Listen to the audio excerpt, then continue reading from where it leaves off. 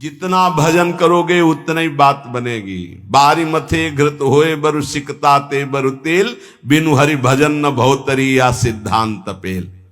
भजन का जिसके जीवन में चार बातें हैं उसका पूरा भजन होगा, सही भजन होगा।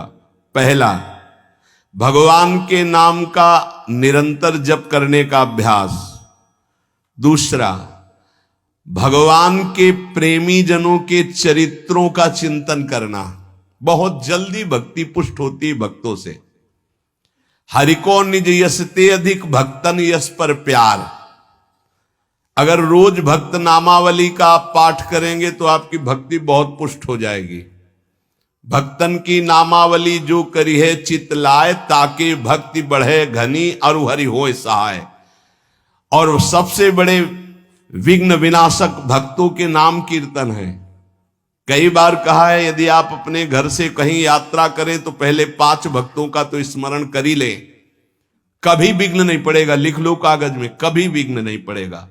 भक्ति भक्त भगवंत गुरु चतुर नाम बपु एक, इनके पद बंधन के नासत विघ्न अनेक। पहले धैर्य रखो। जब आप वाहन पे बैठने जा रहे हो घर से बाहर तो पहले 5 भक्तों, किसी 5 भक्त का स्मरण कर लो, कुछ याद कर लो भक्तों के नाम। ये जीवन की बहुत अमूल्य धन है। 5 भक्त, प्रहलाद नारद पराशर पुंडरीक व्यास अम्बरीश सुख सौनक भीष्म दाल ध्यान रुक्मांगद अर्जुन वशिष्ठ विभीषण आदि। ऐसे तुम्हें याद नहीं है तो ऐसे नागरी दास जी की जय, हरिवंश महाप्रभु की जय, स्वामी हरिदास जी की जय, बिहारिन देव जी की जय, सेवक जी महाराज की जय, ध्रुवदास जी की जय, वृंदावन दास जी की। जो भक्त याद आवे 5 भक्तों का याद। भक्त नामावली जो रोज पाठ करता है उसके हृदय में घनीभूत भक्ति, ठोस भक्ति, जिसमें कोई विकार ना प्रवेश कर पावे, क्या जाता है। हमें लगता है अगर ध्रुवदास जी कृत 42 लीला में जो भक्त नामावली सब महान भक्तों के नाम है 30 मिनट में हो जाएगी, जल्दी से करोगे तो 7-8 मिनट में श्री भगवत रसिक जी द्वारा की हुई भक्त नामावली हो जाती है अगर रफ्तार से करो। हम सो इन साधुन सो। तो हमें जीवन जब भक्ति में बनाना है तो पहला नाम जब प्रभु का, दूसरा भक्तों के चरित्र, भक्तों के नाम। हरि को निज यस्ते अधिक भक्तन यस पर प्यार। ये बात समझ लीजिए। कुछ भक्तों की नामावली सबको रोज करनी चाहिए। अपने यहां भगवत कृपा से श्रृंगार के बाद रोज होती भक्त नामावली, सबको करना चाहिए। अगर बड़ी नामावली करनी हो तो ध्रुवदास जी का, छोटी नामावली तो भगवत रसिक जी ने 7-8 मिनट में हो जाती है। तीसरा, अपने आराध्य देव को ध्यान में रखते हुए चलना फिरना, उठना बैठना। ये जो बिहारी जी का रूप है, जो राधा वल्लभ जी का रूप है, राधा रमन जी का रूप है, ये किसी मूर्तिकार ने नहीं बनाया, स्वयं प्रभु प्रकट हुए हैं प्रिया प्रीतम से। बार बार आदेश भी आचार्य चरण कहते, राधा वल्लभ लाल को हृदय ध्यान मुख नाम। तो ये छवि विराजमान कर लो अपने मानस पटल पर। राधा वल्लभ जी को बार बार देखो और फिर वो आप मानस पटल पे विराजमान करो। तीसरा, अपने इष्ट का ध्यान करने का अभ्यास। और चौथा, जो आपने उपदेश सुने हैं वैसे चलने के बाद, सच्ची मानिए थोड़ी देर आपको बुरा लगेगा, जो मन है वो आपका बुरा महसूस करेगा संतों की बात को, पर यदि आप मान जाओगे तो प्यारे निहाल हो जाओगे। बिल्कुल आपके ही लिए केवल बात होती है, केवल आपके लिए होती है।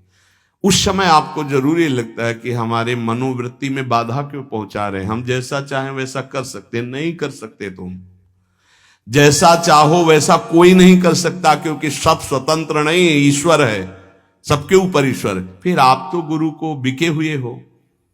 अगर आप भगवत चरणारविंद के शरणागत हो, आप बिके हुए हो, आपका अधिकार का है। आपको कहा जाए खड़े रहो, यही तो वही खड़े रहो, तब आपकी शोभा है। अरे क्यों खड़े रहे, हम चले गए, ये आपकी शोभा, ये समर्पण की शोभा नहीं। समर्पण की शोभा तो वही है कि जो आदेश किया जाए उससे। चौथी बात है, जो शास्त्र आज्ञा, गुरु आज्ञा, संत आज्ञा हुई उसके अनुसार जीवन चलावे। प्रभु से मन जोड़ना है और संसार शरीर से मन को हटाना है। वो बड़े भाग्यशाली जन हैं जो विषयों से मन को हटाकर प्रभु में जोड़ते हैं। बड़े कृपालु प्रभु हैं। देखो ज्यादा हट करोगे कि हमें भोग चाहिए तो हरि गुरु दे देंगे, हमारी बात मानना। वो ये कहते जाएंगे कि ये जहर है, इसे मत खाओ, पर ज्यादा आप कहोगे तो हरि प्रसाद कुछ दुर्लभ नहीं, वो इसलिए दे देंगे कि एक बार देखो तुम संसार के अभी थपेड़े खाओ, फिर तुम्हें पता चलेगा। जब तुम कहोगे नहीं चाहिए तो 1 सेकंड में ऊंचाई पर वो बैठाल देंगे। अगर पहले ही उनकी सलाह मान लो तो तुमको थपेड़े नहीं खाना पड़ेगा, जलना नहीं पड़ेगा, निकल जाओगे। मनुष्य जन्म का महान कर्तव्य निरंतर भगवत चिंतन करते हुए भगवत प्राप्ति कर लेना है। जो भजन मार्ग में चल रहे हैं उनको ये बात ध्यान रखनी चाहिए कि जैसे संपूर्ण नदियां समुद्र में स्वयं आकर मिलती हैं, ऐसे रिद्धियां सिद्धियां मोक्ष जो चाहोगे वो सब अनायास मिल जाएगा आपको। ऐसा न समझो कि भजन करने वालों को केवल दुख ही मिलता है। जैसी द्वारिकापुरी वैसी सुदामापुरी। भजन करने में थोड़े दिन पाप नष्ट करने के लिए जलना पड़ता है, फिर तो महान आनंद है। जैसे संपूर्ण नदियां बिना इच्छा के समुद्र के पास जा रहे हैं, ऐसे बिना इच्छा के संपूर्ण वैभव रिद्धियां सिद्धियां सब आ जाएंगी। आप भजन को न छोड़ें। जैसे गंगा जी में मिलकर के सब कुछ गंगाजल हो जाता है, ऐसे ही आपका सब कुछ मन बुद्धि देह चित्त सब भगवत स्वरूप हो जाएगा। जिस समय भगवत चिंतन करते करते तदाकार वृत्ति हुई, शरीर भी परिवर्तित हो जाता है।